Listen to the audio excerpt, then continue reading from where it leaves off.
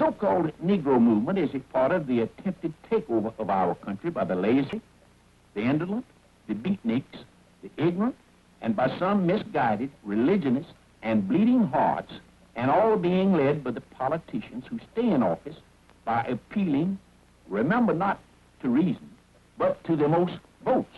You've had some rather personal and trying experiences yourself. Are you afraid?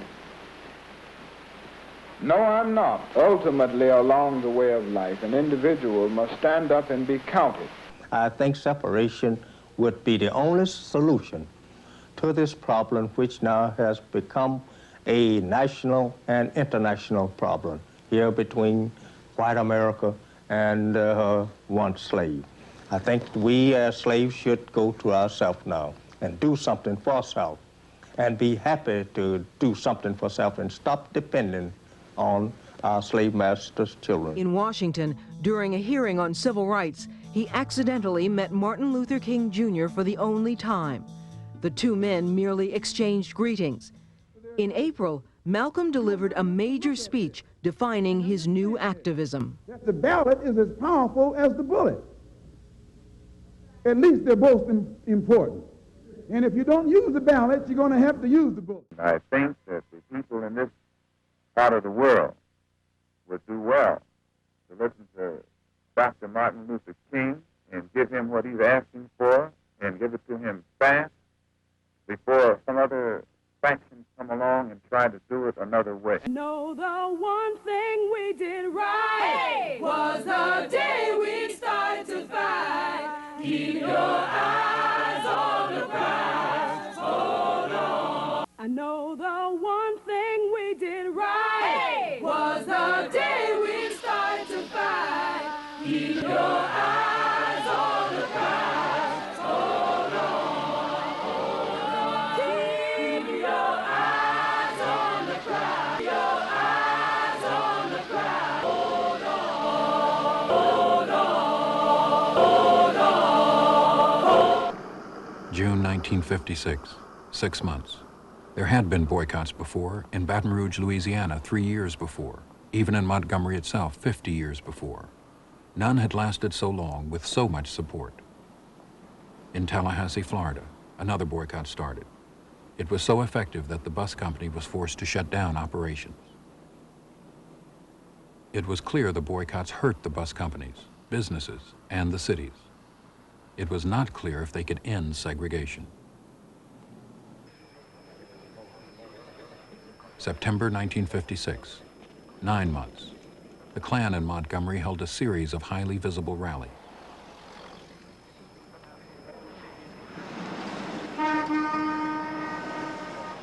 They want to throw white children and colored children into the melting pot of integration, out of which will come a conglomerated, mulatto, mongrel class of people. Both races will be destroyed in such a movement in a matter of time. Many in the black community were frightened, but they kept walking. 10 months, 11 months. The boycott's second Christmas was approaching. Downtown stores were hurt, but neither the city nor the marchers would compromise. On November 13, 1956, the U.S. Supreme Court broke the deadlock, ruling unanimously that Montgomery's bus segregation was unconstitutional.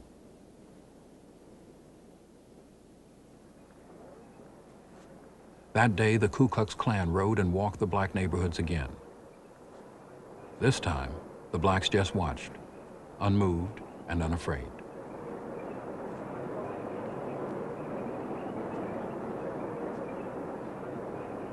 The decision rendered by the Supreme Court yesterday was a victory.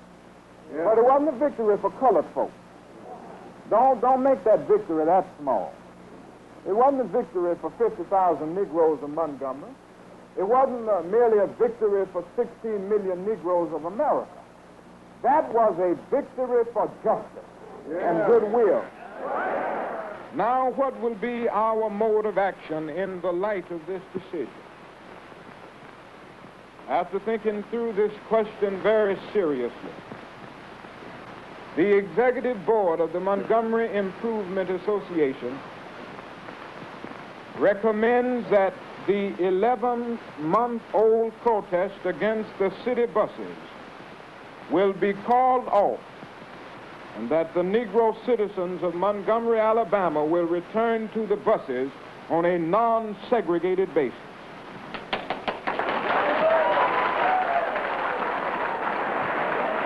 Are you ready for the question?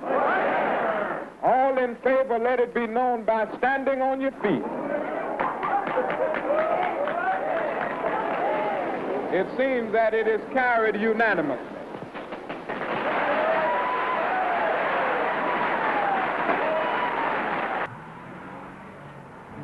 Oh, what a beautiful city. Oh, what a beautiful city. Oh, what a beautiful city. Birmingham, Alabama, a city that had attracted national attention for its strict segregation and racial hatred. A city that some call Bombingham because of the many bomb attacks against blacks. Jesus, hold my hand. For years, Reverend Fred Shuttlesworth and others had fought the segregated system.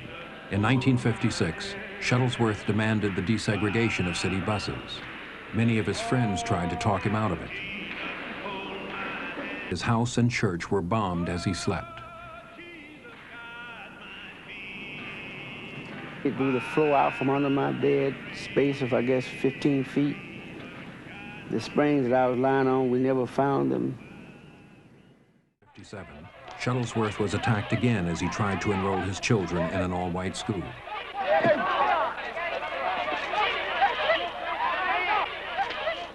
This kind of violence was not stopped by city officials. The most famous was Commissioner of Public Safety, Theophilus Eugene Connor, Bull Connor, whose opinions earned him election to 6 terms. The so-called Negro movement is a part of the attempted takeover of our country by the lazy, the indolent, the beatniks, the ignorant, and by some misguided religionists and bleeding hearts, and all being led by the politicians who stay in office by appealing, remember, not to reason, but to the most votes. Public sentiment turned against Connor in 1961 when the Freedom Riders were attacked in Birmingham on Mother's Day. Connor was linked to the Klan violence, and the local newspaper demanded to know where his police had been. The incident attracted national attention, and the city was embarrassed into taking action. It was too late for an easy change. Birmingham was on a collision course with the national civil rights movement. I don't have but one speech.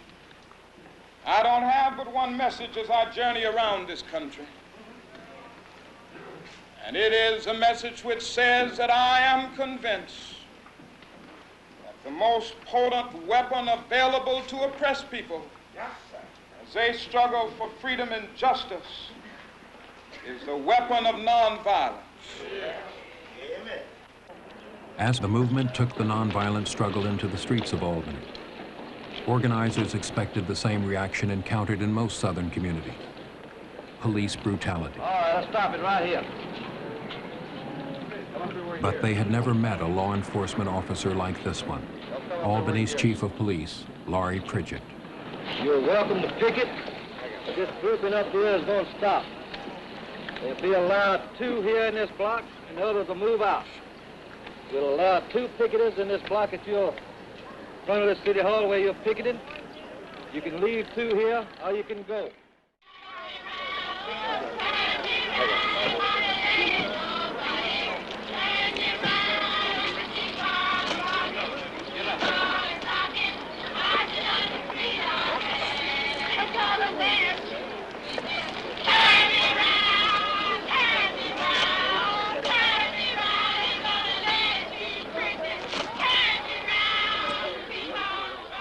Pritchett made sure his jails wouldn't fill up.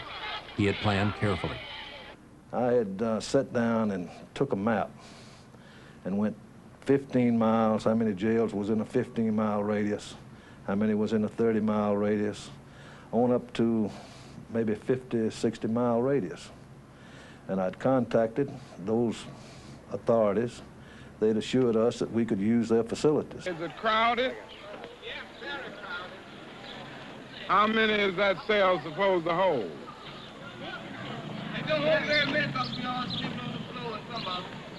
Is that so?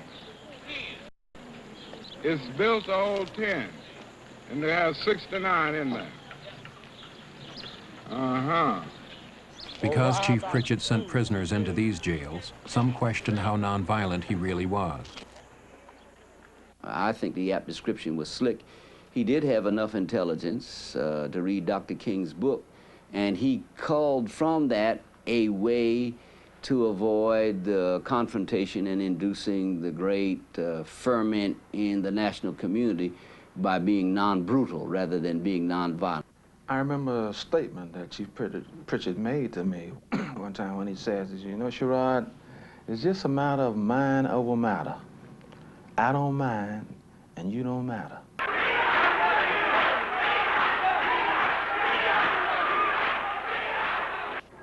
July 1962. Dr. King and Reverend Ralph Abernathy began serving a 45-day sentence.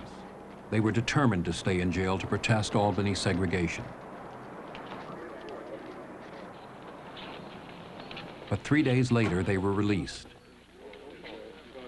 A stunned Dr. King explained that someone had mysteriously paid their fines.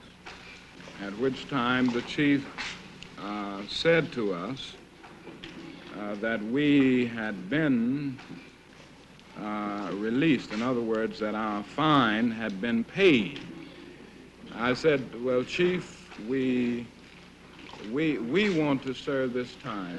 His only response then was, God knows, Reverend, I don't want you in my jail. I knew that if he stayed in jail, we'd continue to have problems. So I talked to some people. I said, we've got to get him out. And once we do, I think he'll leave here. And arrangements were made. Frankly, I don't know who the man was that paid the bond. But it was done at your request? Yes, it was done at my request. And it sort of surprised Dr. King. This is one time, only time I've ever seen him when he seemed, where he didn't know which way to go. Everyone is voting for Jack, 'cause he's got what all the rest lack. Everyone wants to back Jack. Jack is on the right track, 'cause he's got... The hard-fought presidential campaign of 1960. John Kennedy and Richard Nixon did not differ much in their moderate support for civil rights. Both candidates also looked to the white South for votes. But civil rights did become a campaign issue when Martin Luther King was arrested at a student sit-in in Atlanta. King's sentence to 4 months hard labor enraged the black community. Kennedy and Nixon were still wary of losing Southern white votes and avoided making public statements. But privately, Kennedy and his staff felt they had to take action. There's Martin Luther King sitting in a county jail, and Kennedy wanted to do something, to say something. Finally, some of us had the idea that Kennedy might just call Mrs. King and express his sympathy and tell her what he was doing to get King out of jail.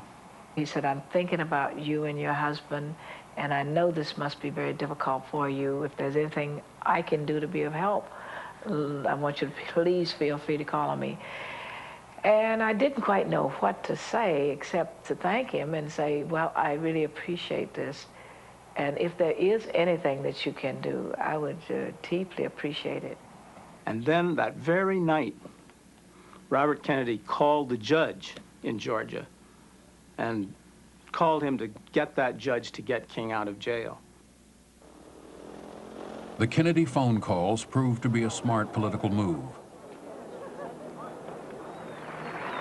The next day, King was released on bail. On the Sunday before Election Day, black ministers around the country endorsed Kennedy from their pulpits.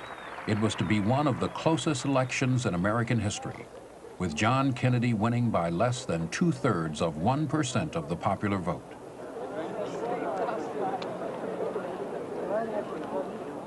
Many of us felt that Kennedy's commitment to civil rights was political, that it was a device to get him elected, because in the first 6 to 8 months he had done very little. Let me illustrate that. During the campaign, he had indicated that there was one whole area of discrimination that the president could wipe out with merely a stroke of the pen, and that was the area of public housing discrimination. And if elected, he would use that stroke of the pen by issuing an executive order that would do the job.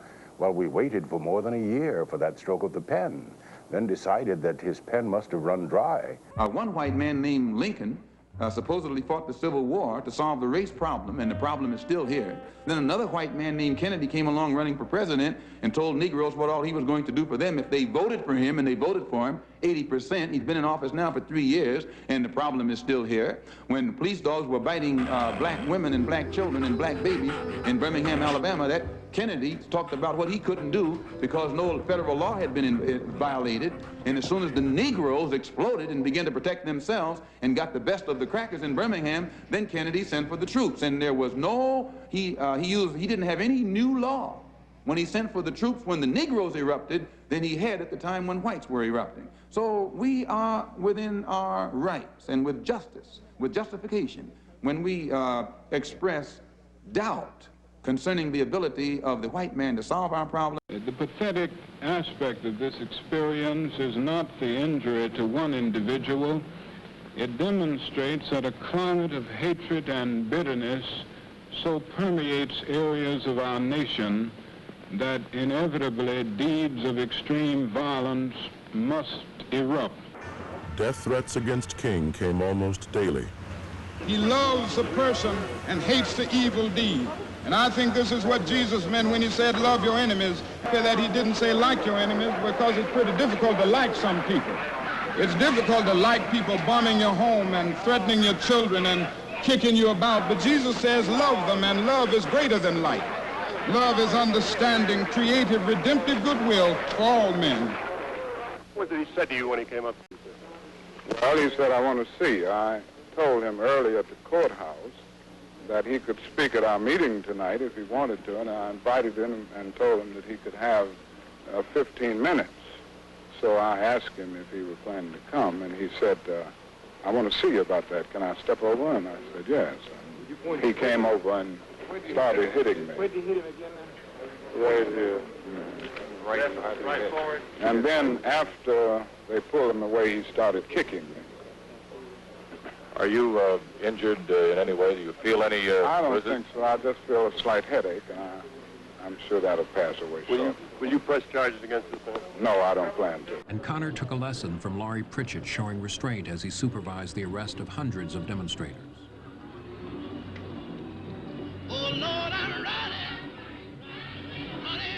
It was a week and a half before Easter. As planned, the demonstrations affected business during a major shopping season. Merchants and community leaders were upset.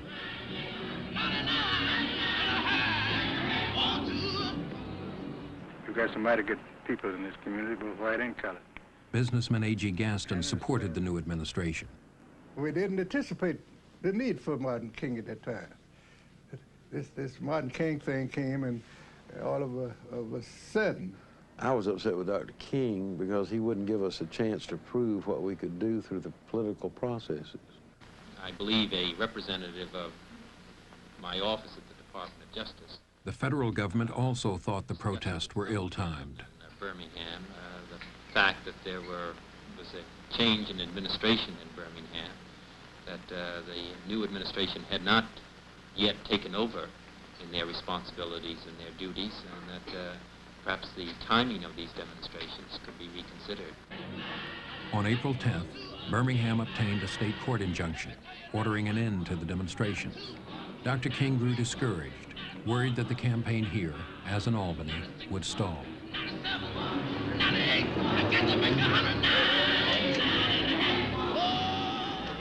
We had about 500 or 600 people in jail, but all of the money was gone and we couldn't get people out of jail. And the business community, black business community, and some of the white clergy were pressuring us to call off the demonstrations and just get out of town.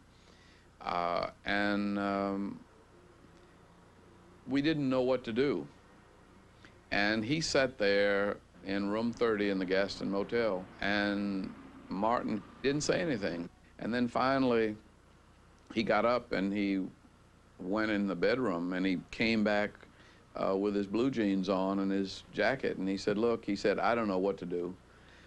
He said, I just know that something has got to change in Birmingham. I don't know whether I can raise money to get people out of jail. I do know that I can go into jail with them.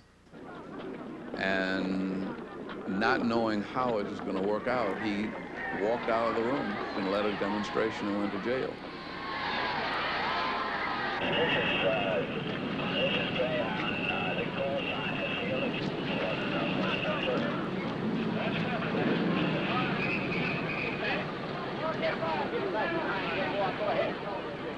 That was, I think, the beginning of his true leadership.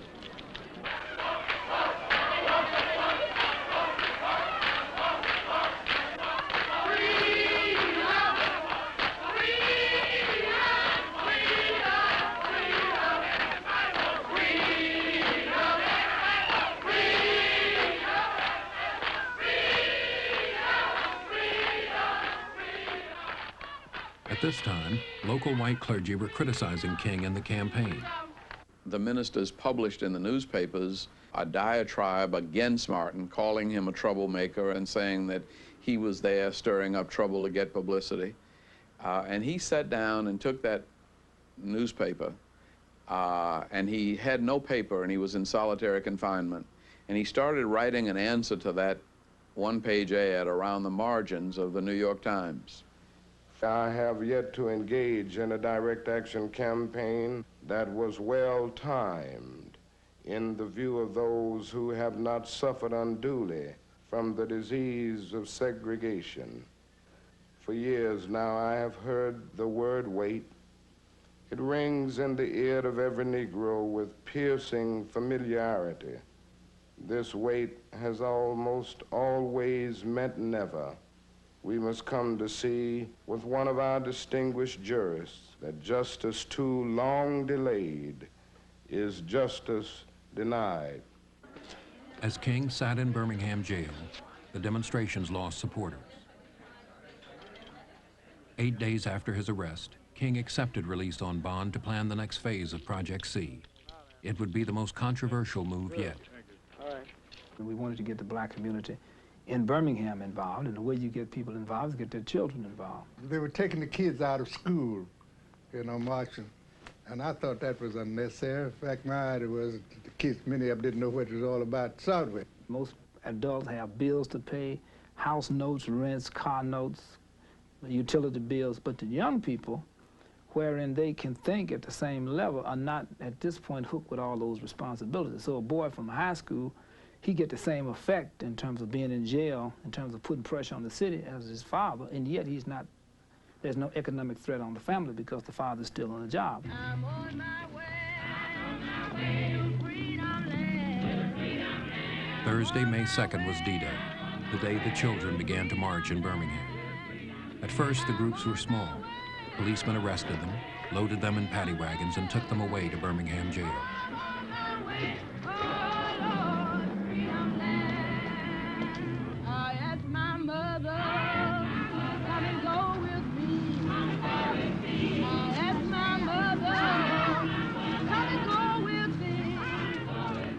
As the children continued to march in increasing numbers, paddy wagons became inadequate. Finally, school buses were brought in to gather the demonstrators. If my mother don't go, I'll go anyhow. If my mother don't go, I'll go anyhow. If my mother don't go, I'll go anyhow. I'm on my way, oh Lord, freedom land. There is nothing you can do. There's nothing you can do to turn me around. There's nothing you can do. There's nothing you can do to turn me around. By the end of that Thursday, 700 children were taken to Birmingham jail. I'm on my way, oh Lord, freedom land. Friday, more than 1,000 children stayed out of school and arrived at the 16th Street Church to march.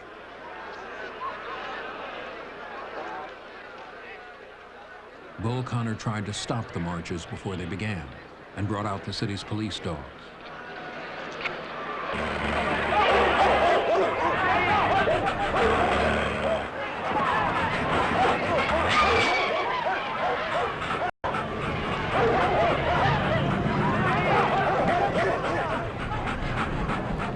Next, the fire department was brought in, and Bull Connor ordered water hoses turned on the demonstrators.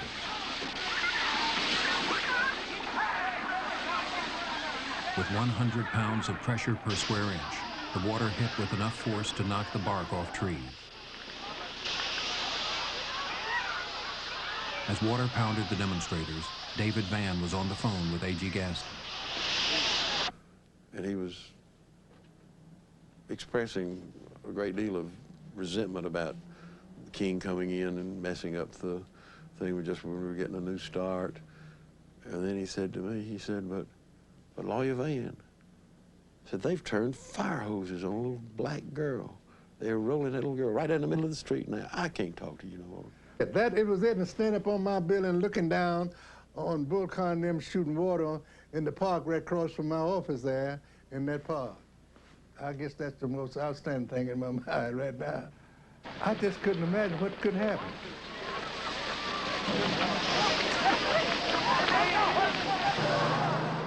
Bull Connor's white tank patrolled the city streets as the fire hoses stopped the demonstrators. Some hid behind the trees of Kelly England Park. Others frolicked in defiance. The conflict gained national attention, and news coverage of the event shocked the American public. And it was a masterpiece of the use of media to explain a cause to the general public of a nation. Because in those days, you had 15 minutes of national news and 15 minutes of local news. And in marching only one block, they could get enough news film to fill all of the newscasts of all of the television stations of the United States. Photographs appeared in newspapers throughout the world, and the Birmingham story was told in many languages. The Russian newspaper Pravda ran a cartoon of police intimidating a black child. The federal government worried about America's image in other parts of the world. Governor Wallace saw it differently. It seems that other parts of the world ought to be concerned about what we think of them instead of what they think of us. After all, we're feeding most of them, and whenever they start rejecting 25 cents of each dollar foreign aid money that we send to them, then I'll be concerned about their attitude toward us. But until they reject that 25 cents out of each dollar that Southern taxpayers pay for foreign aid to these countries, I will never be concerned about their attitude. In the first place, the average man in Africa and Asia doesn't even know where he is, much less where Alabama is. On Saturday, the dogs and water hoses provoked angry responses from bystanders, some of them carrying weapons. Seeing the beginnings of violence, James Bevel borrowed a bullhorn from a nearby policeman. So I took the bullhorn and said, okay, get off the streets now. We're not going to have violence. If you're not going to respect policemen, you're not going to be in the movement, and, you know. So it's strange, I guess, to them. I'm with the police talking through the bullhorn and giving orders, and everybody was obeying the orders. It was like, it was wow. But what was at stake was the possibility of a riot, and that once in a movement, once a riot break out, you have to stop. Takes you 4 or 5 more days to get re-established, and I was trying to avoid that kind of situation. Monday, the 5th day of the children's campaign. Comedian Dick Gregory arrived in Birmingham and marched with the young demonstrators. Like hundreds before him, he was arrested. Law enforcement officials were working overtime to keep up with the arrest. There was no such thing as off days. Everybody working 7 days, sleeping, catnapping, and just holding fire. We all had the confirmed belief that this couldn't go on for long because he was pressing the issue to the wall.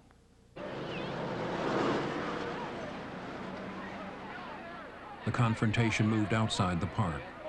Once again, Bull Connor summoned his firemen. By Monday night, 2,500 demonstrators had been arrested, over 2,000 of them children. All jails in the city and county were filled.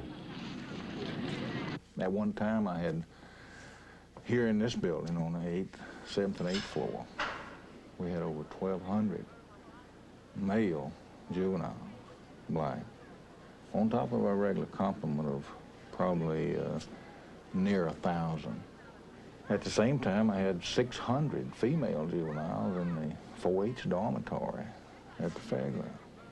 Meanwhile, the Justice Department tried to move negotiations forward. I participated in all of, in order to try to get some kind of agreement between people that often wouldn't talk to each other at all. I don't mean that the blacks wouldn't talk to anybody, but I mean there were many whites that wouldn't talk to any blacks, and there were many more whites that wouldn't talk to certain blacks, and there were no whites, I think, except for David Vann, who would talk to Martin King. Tuesday, May 7th, fighting broke out between blacks and whites in the downtown area. Burke Marshall and the business leaders had just left the negotiating table for lunch.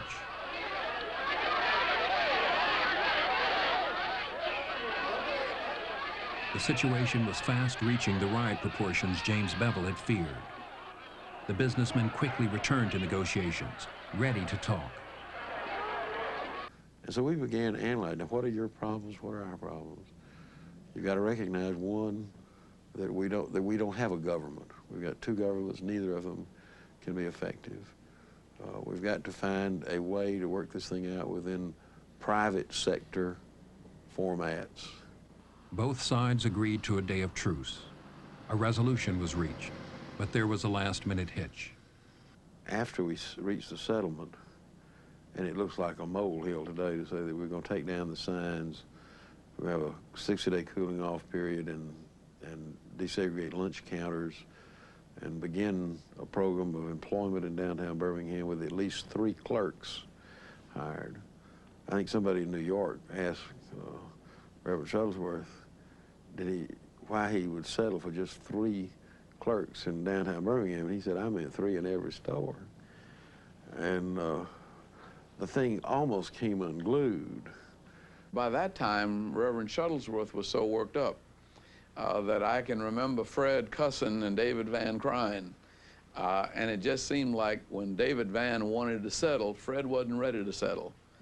Well, you must remember that there's always some disagreement when it looks as if you're not getting what you're aiming at.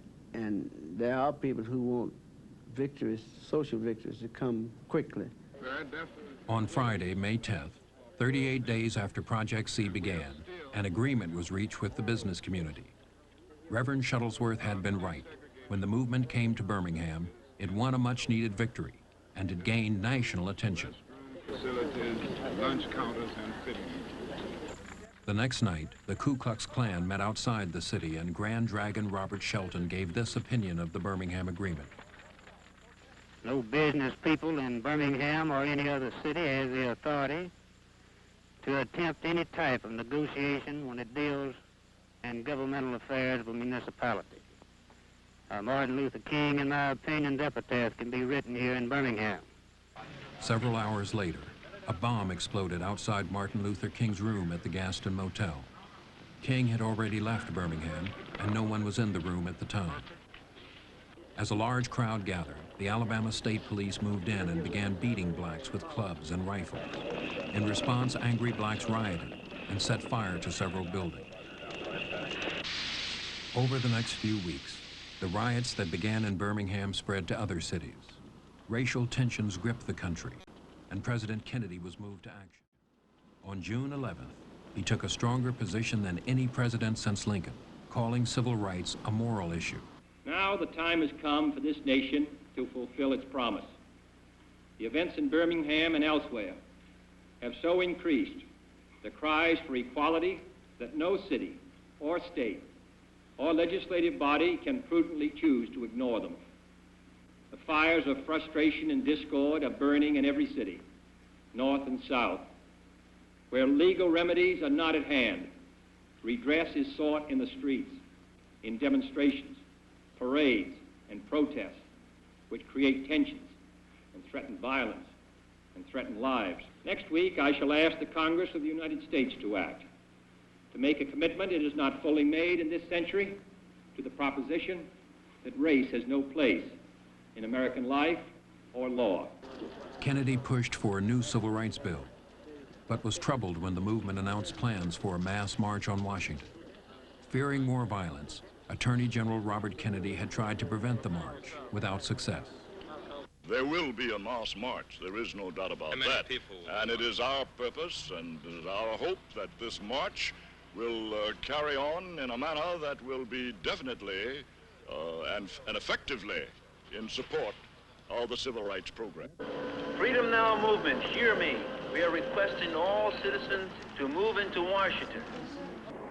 So let freedom reign from the prodigious hilltops of New Hampshire. Let freedom reign from the mighty mountains of New York. Let freedom reign from the heightening Alleghenies of Pennsylvania. Let freedom ring from the snow-capped Rockies of Colorado. Let freedom ring from the curvaceous slopes of California. But not only that, let freedom ring from Stone Mountain of Georgia. Let freedom ring from Lookout Mountain of Tennessee. Let freedom ring from every hill and molehill of Mississippi, from every mountainside. Let freedom ring in Whitney Capitol. When we allow freedom ring, when we let it ring from every village and every hamlet, from every state and every city, we will be able to speed up that day when all of God's children, black men and white men, Jews and Gentiles, Protestants and Catholics, will be able to join hands and sing in the words of the old Negro spiritual, free at last, free at last, thank God Almighty, we are free at last.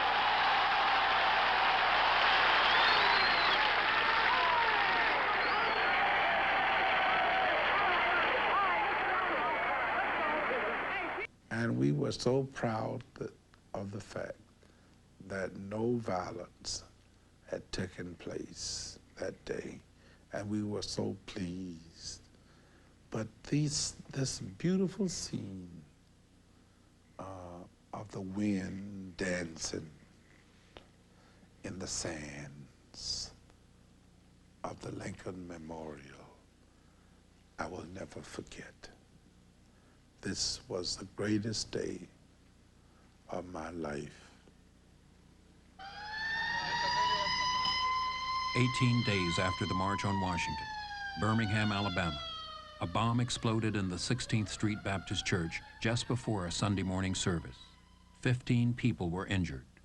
4 children were killed. Someone came and told me that Mrs.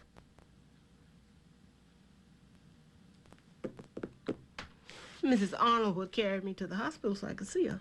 It was just, it was awful. They told me, let me see. My husband told me first, yeah, because he got here first.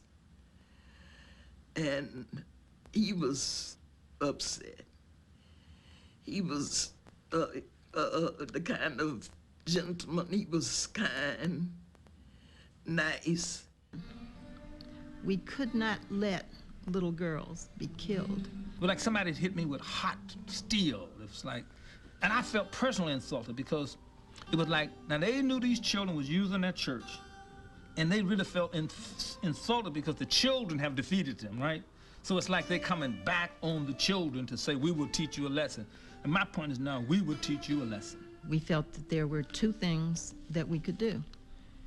The first option is that we felt confident that we could find out who was responsible for having killed those girls, and we could make certain that they got killed. That was option 1. No, I said, look, I'm going to have to get out of the movement and kill these guys. We are not going to let guys come into the community, blow up our churches, and kill our children. We're not going to do it. The second option was that if blacks in Alabama got the right to vote, they could protect their children. Now that's where this bombing of the church is where the Selma right to vote movement was born. And my point is now, we will teach you a lesson. We felt that there were two things that we could do. The first option is that we felt confident that we could find out who was responsible for having killed those girls, and we could make certain that they got killed. That was option one. No, I said, look, I'm going to have to get out of the movement and kill these guys. We are not going to let guys come into the community, blow up our churches, and kill our children.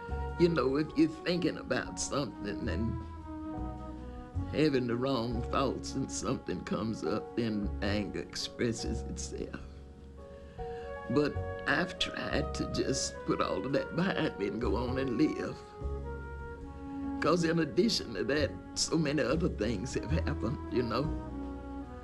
My husband is gone, my 3 brothers, my sister, my parents. And of course, I still have my kids, my family. I have 2, a son and a daughter, 3 grandchildren, and 4 great-grandchildren. So I have something to be thankful for after all. 200,000 Americans, black and white, walked slowly through the sun-baked streets of Atlanta, following the mule-drawn sharecropper's farm wagon that carried his casket. Song that we sing in our movement down in the South, I don't know if you've heard it, but it has become the theme song. We shall overcome. We shall overcome. Deep in my heart, I do believe we shall overcome. Though I join hands so often with students and others behind jail bars singing it, we shall overcome. Sometimes we've had tears in our eyes when we joined together to sing it, but we still decided to sing it. We shall overcome. No, before this victory is won, some will have to get thrown in jail some more, but we shall overcome. We shall overcome because William Cullen Bryant is right. Truth crushed to earth will rise again. We shall overcome. Deep in my heart, I do believe we shall overcome. And with this faith, we will go out and adjourn the councils of despair and bring new light into the dark chambers of pessimism. And we will be able to rise from the fatigue of despair to the buoyancy of hope. And this will be a great America. We will be the participants in making it so. And so as I leave you this evening, I say, walk together, children,